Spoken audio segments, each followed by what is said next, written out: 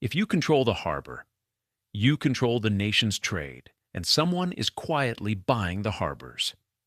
Across Africa, Chinese state-owned giants are appearing as builders, financiers, and sometimes operators in scores of ports, from the Red Sea to the Atlantic, reshaping who sets the rules at the water's edge. Ports aren't just docks, they are customs choke points, data hubs, fuel depots, and railheads where tariffs are collected and security decisions are made. If an external operator controls terminal access, berth allocation, and pricing, it can decide who docks first or who doesn't dock at all. That's leverage over a country's trade lifeline. Recent mapping shows that Chinese firms are active stakeholders in dozens of African ports, often across finance and construction and operations, all within the same port complex. Africa counts roughly 231 commercial ports. Researchers estimate that Chinese state firms now have a presence in over a third of them, more than in any other region. For Beijing, ports advance the maritime Silk Road and can be integrated with rail, industrial parks, and free trade zones to project commercial and potentially naval access.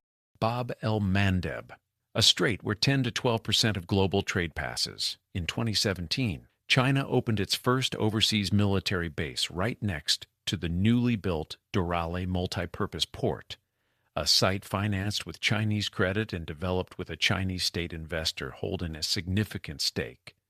The commercial-to-security pipeline matters. The container terminal at Doraleh became the subject of years of litigation after Djibouti terminated DP World's concession and deepened ties with China merchants. London arbitration has repeatedly faulted the government's seizure, even as enforcement drags on.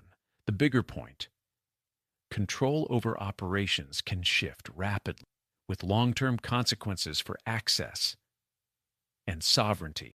On Africa's Atlantic Rim, Walvis Bay has undergone a major expansion, a new container terminal built by China Harbor. Engineering boosted capacity and draft, positioning Namibia as a gateway for landlocked neighbors. The port is now pulling in private terminal operators to raise volumes and efficiency. It's a different model.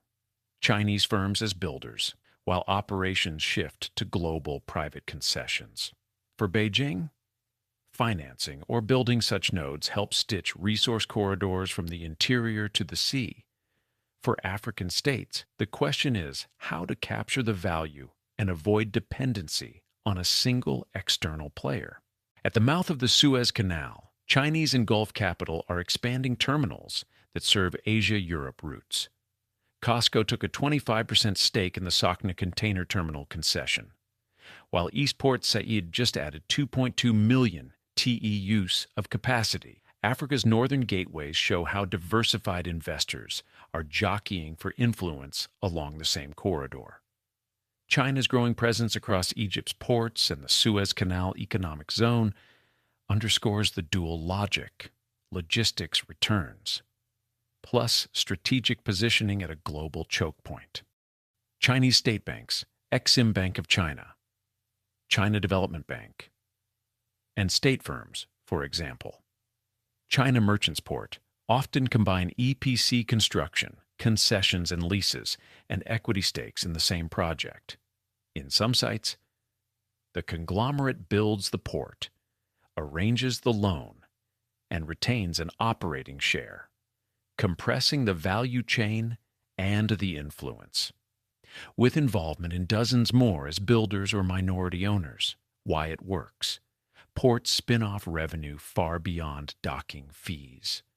One estimate suggests China can reap double-digit trade gains for every dollar invested when port access preferentially services its own carriers and cargo. That's why terminal access rights and tariff schedules matter just as much as cranes and quay length.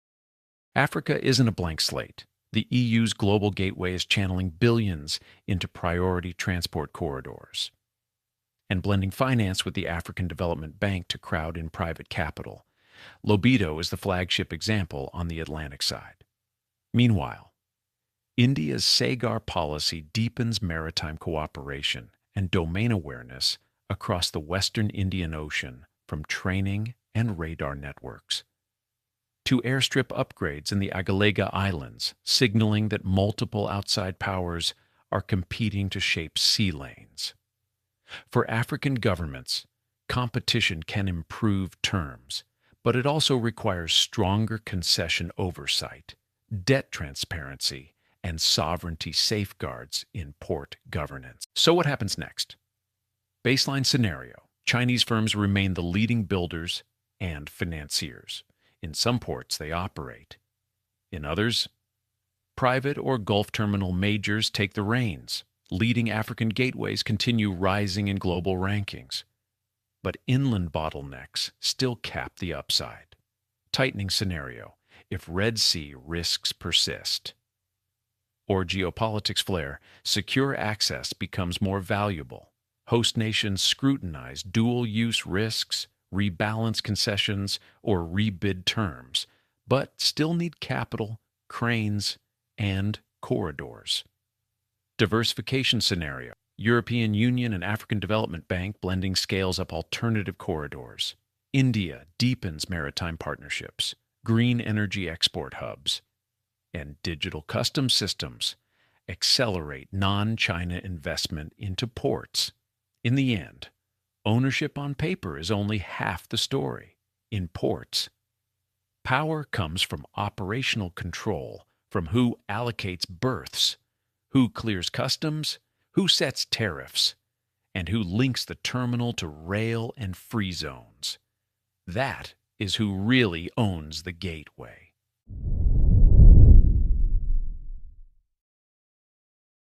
Download the Global Dominance Map, a one-page snapshot of the 12 moats of power, plus the Africa Port Power Map in the description. We are dominance DNA, and we explain the economics behind power.